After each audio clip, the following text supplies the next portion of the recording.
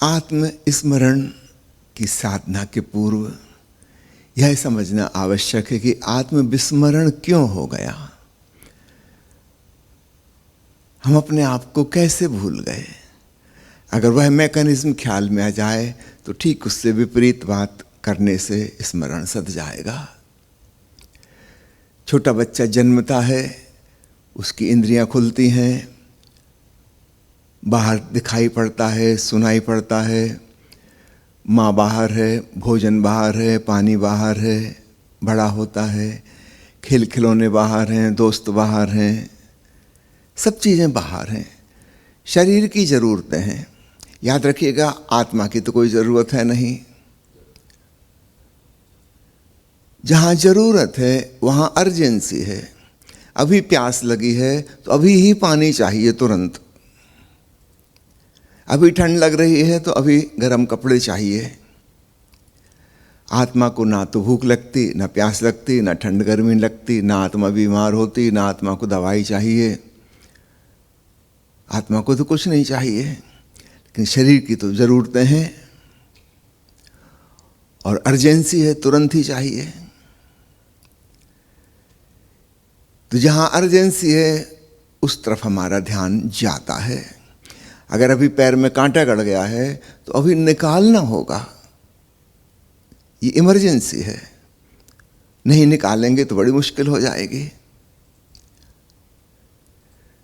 तब समझना बाहर की चीज़ें इमरजेंसी और अर्जेंसी के साथ आती हैं और हमारे शरीर की सारी ज़रूरतें बाहर से पूरी होती हैं।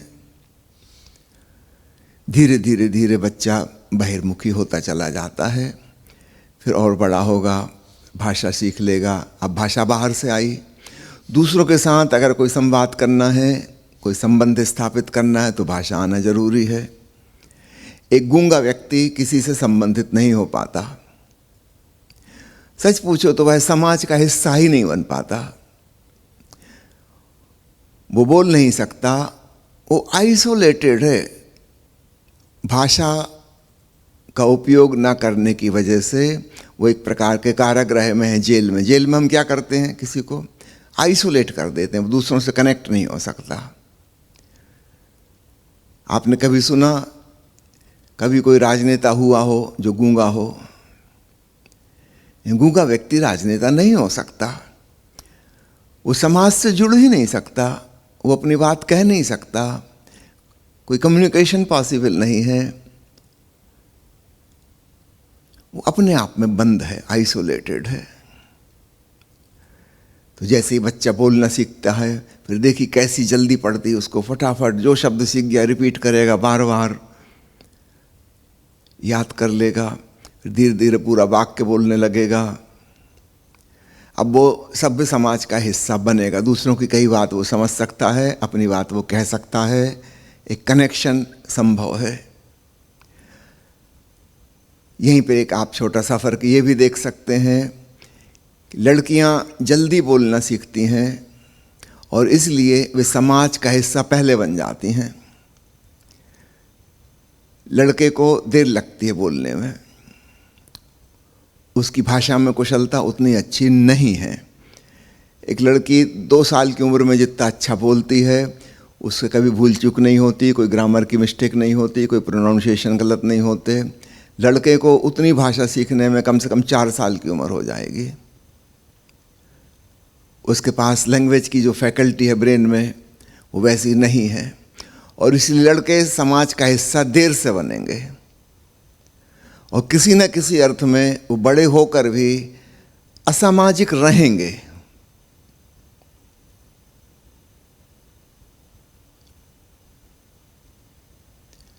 लड़कियां जल्दी से समाज, नीति, मर्यादा वो सबसे बहुत जल्दी सीख जाएंगी। इसलिए आप देखेंगे सारी दुनिया में कहीं भी, किसी भी देश में, किसी भी जाति में देखो, परंपरा को निभाना सिखाने वाली लड़कियां होती हैं। लड़के बगावती विद्रोही होते हैं क्योंकि वो सीखे ही बहुत देर बाद थे, भाषा ही देर से आई।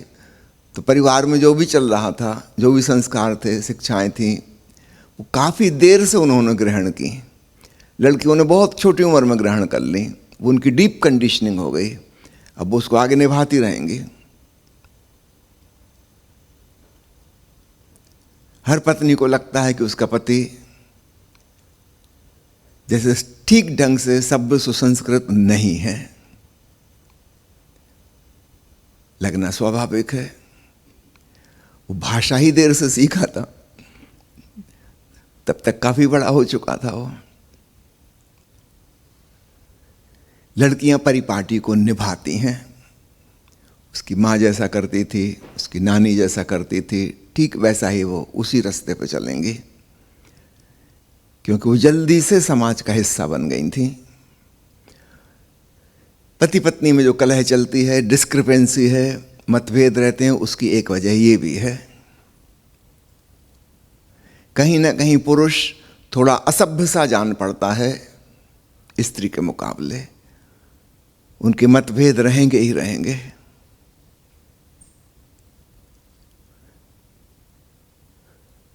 महिलाएं रूढ़िवादी होंगी,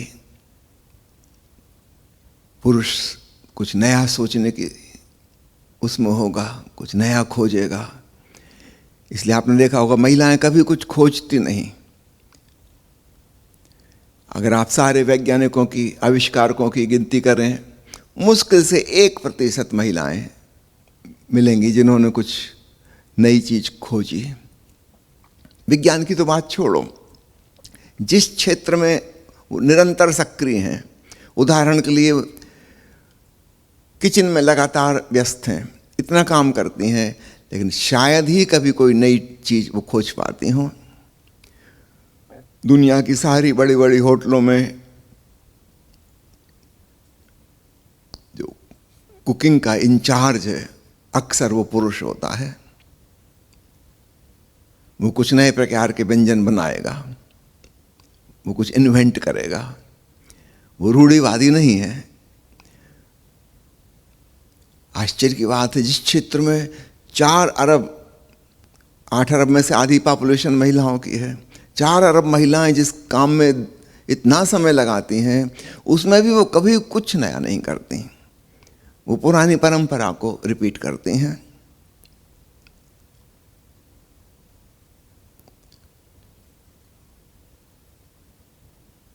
दूसरा तथ्य आप देखिए, इसी से सिद्ध करने वाला, स्कूल में, कॉलेज में, यूनिवर्सिटी में आप देखेंगे हमेशा लड़कियों को ज़्यादा नंबर मिलते हैं, लड़के पिछड़ जाते हैं अधिकांशतः। मगर वो 99% लाने वाली लड़कियां फिर इस दुनिया में कहाँ खो जाती हैं, उनका कुछ पता नहीं चलता। रेलगाड़ी पुरुष ने बनाई, हवाई जहाज पुरुष ने बनाई, मोबाइल फ़ोन पुरुष ने बनाया, टेलीफोन पुरुष ने खोजा, वो 99% वाली लड़कियां कहाँ चली गईं? शायद ही कोई क्रिएटिव काम उनसे हो, शायद ही, और अगर होता है तो उनमें कुछ लड़कों जैसे गुण होंगे। इसलिए हैरानी की बात है, जो लोग जितनी देर से भाषा सीखे वे उतने ही अच्छे क्रांतिकारी सोच विचार वाले हुए। 20वीं सदी की आरंभ में अल्बर्ट आइंस्टीन ने फिजिक्स को उलट पुलट कर रख दिया। आप उसके बचपन की कहानी पढ़ें, 7-8 साल तक अच्छे से बोलना भी नहीं सीख पाया था, अच्छे से चलते भी नहीं बनता था। सब लोग सोचते थे मेंटली रिटार्डेड है, फिजिकली रिटार्डेड है, इसकी चाल भी ठीक नहीं है, और बोली तो बिल्कुल ही अटपटी है, भाषा पे पकड़ नहीं है। हैरानी की बात है, यह आदमी इतना बड़ा क्रांतिकारी सोच वाला निकला क्योंकि वो परंपरा का, रूढ़ी का हिस्सा बनने में बहुत देर लग गई। तो परंपरागत जो फिजिक्स चली आ रही थी उसको पूरा उठा पटक कर दी उसने। वो नई बात सोच सकता है,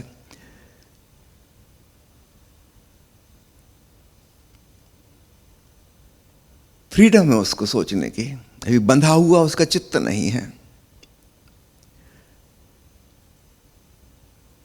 एडिसन नामक वैज्ञानिक जिसने 1000 से अधिक आविष्कार पेटेंट करवाए, आपको पता है जब वो पहली कक्षा में भर्ती किया गया था, थोड़े ही दिनों के पश्चात उसकी स्कूल टीचर ने नोट लिख के भेजा कि अपने पेरेंट्स को बता देना। अब वो बच्चा तो पढ़ नहीं सकता था क्या लिखा है उसमें। उसने जाकर अपनी मम्मी को खुशी खुशी बताया कि हमारी मैडम ने कुछ आपको लिख के भेजा है। उसकी माँ ने पढ़ा, उठा के गले लगा लिया, उसको कहा कि शाबाश बेटा, गजब कर दिया तूने। तू सोचता था ना स्कूल नहीं जाए तो अच्छा रहे, तेरे जाने का मन नहीं होता, अब कल से तुझे स्कूल जाने की कोई ज़रूरत नहीं है। तुम्हारी मैडम ने लिखा है कि तुम्हारा बच्चा बहुत असाधारण और अद्वितीय है, ये घर में ही पढ़ लेगा, स्कूल भेजने की कोई ज़रूरत नहीं। हमारे स्कूल में इतने अच्छे स्टैंडर्ड की शिक्षा नहीं है जो हम आपके बच्चे को दे सकें। माँ ने इतनी खुशी खुशी है बात बताई, एडिसन को तो मज़ा आ गया। बच्चे कौन स्कूल जाना चाहते हैं, कल से स्कूल की छुट्टी। बड़ा प्रसन्न, बड़ा प्रसन्न। फिर माँ ने थोड़ा बहुत घर में ही उसको कुछ सिखाया। अब माँ कोई बहुत पढ़ी लिखी तो थी नहीं, आज से 125 साल पहले महिलाएं अमेरिका में भी नहीं पढ़ती थीं। कुछ थोड़ा बहुत जो आता था उतना उसने ज्ञान दिया अपने बच्चे को। बच्चा तो बहुत प्रसन्न कि स्कूल से छुटकारा हुआ।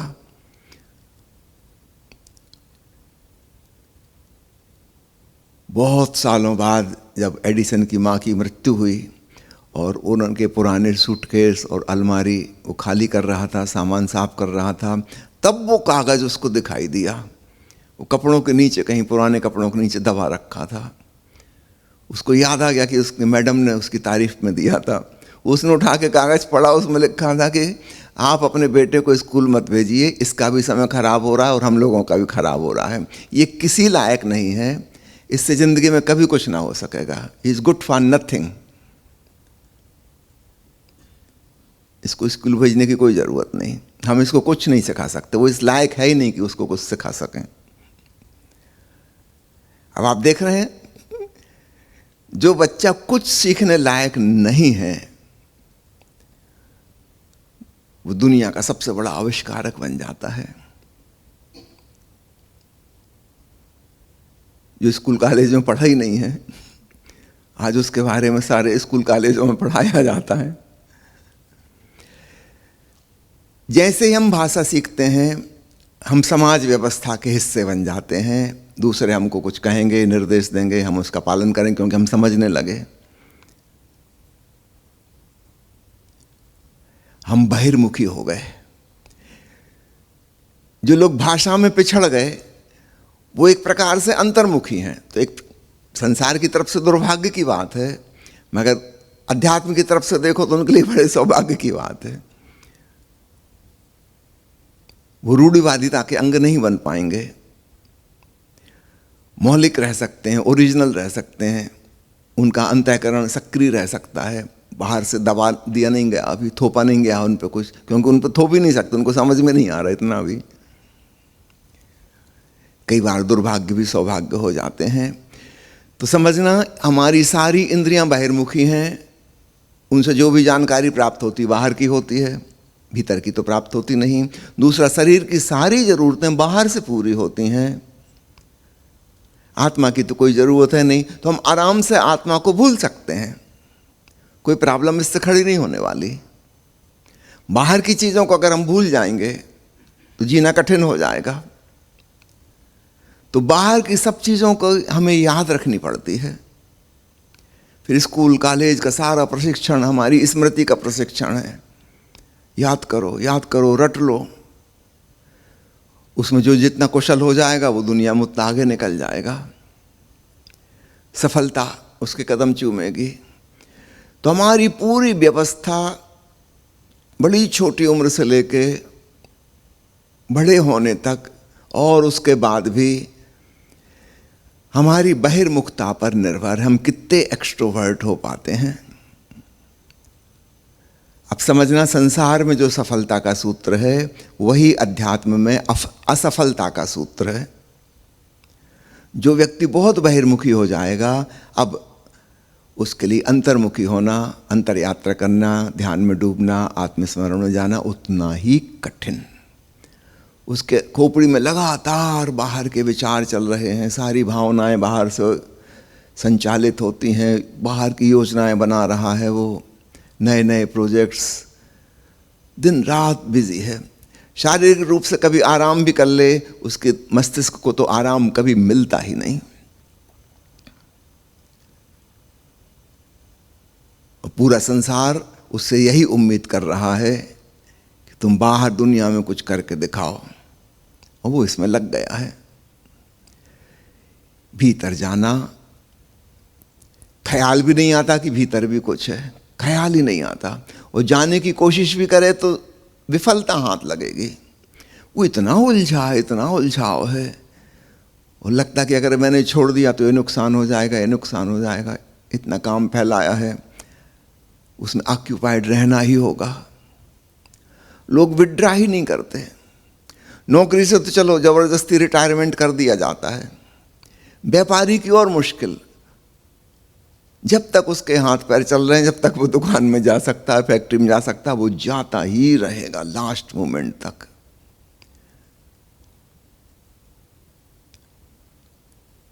वो हर चीज को धन पैसे से तोल रहा है। वो नहीं जाएगा अपने धंधा देखने, नुकसान हो जाएगा। नेचुरली कुछ तो कमी हो जाएगी आज, और अगर वो कुछ कर सकता है तो आज पूरा डिवोट करने तैयार है, आज भी, कल भी अगर कर सकेगा तो जरूर करेगा।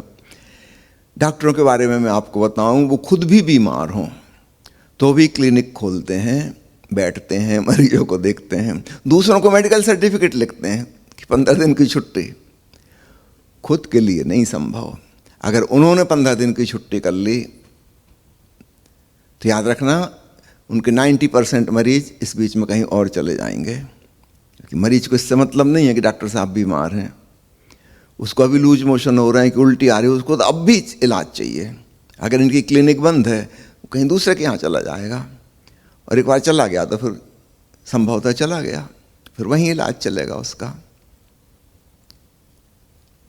किसी को दांत में दर्द हो रहा है और वो अपने डेंटिस्ट के वहाँ गया और पता चला कि डेंटिस्ट को बुखार है, 2-3 दिन बाद क्लिनिक खुलेगी। भाई उसको तो अभी दर्द हो रहा है, उसको तो अब भी इलाज चाहिए, वो दूसरे दांत के डॉक्टर के पास चला जाएगा। ये डेंटिस्ट अफोर्ड नहीं कर सकते कि बीमारी में भी रेस्ट करें।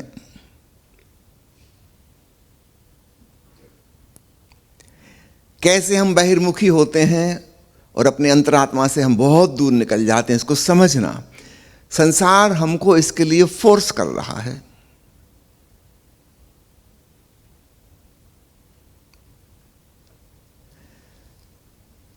जब हम मैच्योर हो जाएं और हमें समझ में आए कि हमारा शांति और आनंद और चैन छिन गया इस बहिर्मुखता की दौड़ में, तब हमको ही अपनी समझदारी से वापस लौटना होगा, विड्रा करना होगा।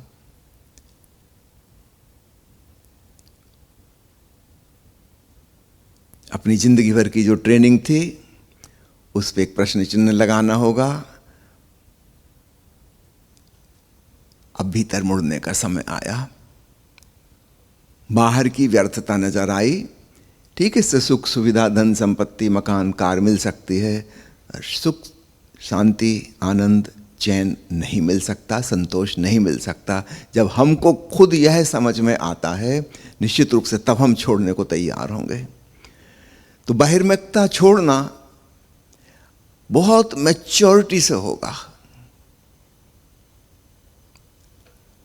तब हम अंतर्मुखी होने के लिए समय निकालेंगे। अभी इस साल मैंने तय किया कि अब विदेशों में नहीं जाऊंगा ध्यान शिविर लेने। काफ़ी करके देख लिया, वहाँ बहुत ही मुश्किल है। पूरब के देशों से ज़्यादा बहिर्मुखी हैं पश्चिम के लोग, बहुत ज़्यादा बहिर्मुखी, लगातार व्यस्त। उनसे कहो आधा घंटा चुपचाप बैठ जाओ तो उनको लगता है कि वेस्टेज ऑफ टाइम, इस आधा घंटे में तो हम कुछ कर लेते। ये कुछ ना करते हुए शांत बैठे रहने का क्या मतलब? अपनी सांस देख रहे हैं, वो सांस तो चल ही रही थी, बिना देखे भी चल रही थी, काहे के लिए देखना? इस आधे घंटे में कुछ किया जा सकता था और ज़्यादा धनोपार्जन हो जाता था, घर का कुछ काम कर सकते थे, 2 हफ्ते से सफाई नहीं की, सफाई कर लेते, कुछ कर लेते। ये फालतू बैठने का क्या मतलब?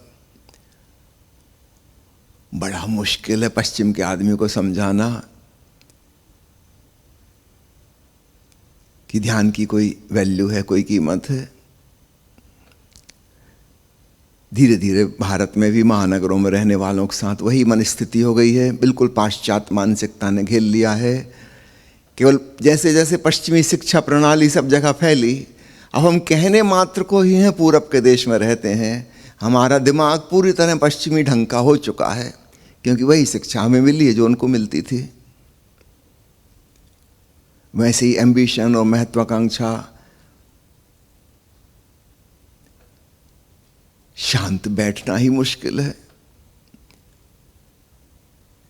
इन कारणों को समझना जिसकी वजह से आत्मस्मरण नहीं हो पाता, और जब तक आप सजग रूप से इस बात को नहीं समझेंगे, आप आत्मस्मरण में नहीं डूब पाएंगे।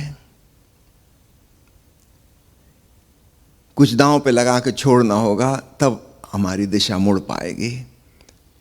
तो मैं नहीं कहता कि छोटे बच्चे इसको कर लेंगे, कि युवावस्था में कोई कर लेगा। निश्चित रूप से वो तभी भविष्य के सपने देख रहे हैं बड़े बड़े, उनसे उम्मीद नहीं की जा सकती। 40-45 साल की उम्र आते आते अब उम्मीद की जा सकती है कि अब तो आपको अपनी ज़िंदगी के उतार चढ़ाव से और अनुभव से समझ में आ गया होगा कि बाहर हम कुछ भी करके शांति और संतोष प्राप्त नहीं कर सकते। और यही उचित समय है, अब व्यक्ति अंतर्मुखी हो, बड़ी समझ से होगा, किसी के कहने से नहीं हो सकता, अपने अनुभव से बात बनेगी। समझना ध्यान या आत्मस्मरण कठिन क्यों है? हमारी आदत की वजह से हम एक्सट्रोवर्ट हैं, भीतर जाने का हमें ख्याल ही नहीं आता, और आता भी है अगर किसी के कहने से, हमें खुद समझ नहीं आए लेकिन किसी ने कहा था, हम करते भी हैं तो बात बनती नहीं, क्योंकि हमारा चित्त लगातार बाहर भागता ही रहता है। शरीर भले ही शांत बैठा है पद्मासन लगा के, मगर मन अपनी भाग दौड़ में लगा हुआ है। तो आत्मरमण में, आत्मस्मरण में हमारी बहिर्मुखता की आदत ये बाधा है, संसार बाधा नहीं है। हम एडिक्टेड हो गए हैं कंटिन्यूअस एक्सट्रोवर्ट होने के। उससे छूटना उतना ही कठिन है जैसे कोई 50 साल से शराब पी रहा है और अब अचानक वो सोचे कि शराब छोड़ दें। बात जरा कठिन हो गई, लंबी प्रैक्टिस। उससे भी ज़्यादा कठिन है बहिर्मुखता की आदत को छोड़ना। शराब तो शायद कोई छोड़ भी देता है, ये बहिर्मुखता की आदत कैसे छूटे? अपने स्वानुभव से छूट सकती है, दूसरे के कहने से तो नहीं। दूसरे के कहने से इशारा मिलता है, थोड़ा संकेत मिलता है, लेकिन आपको ही समझदार बनना होगा।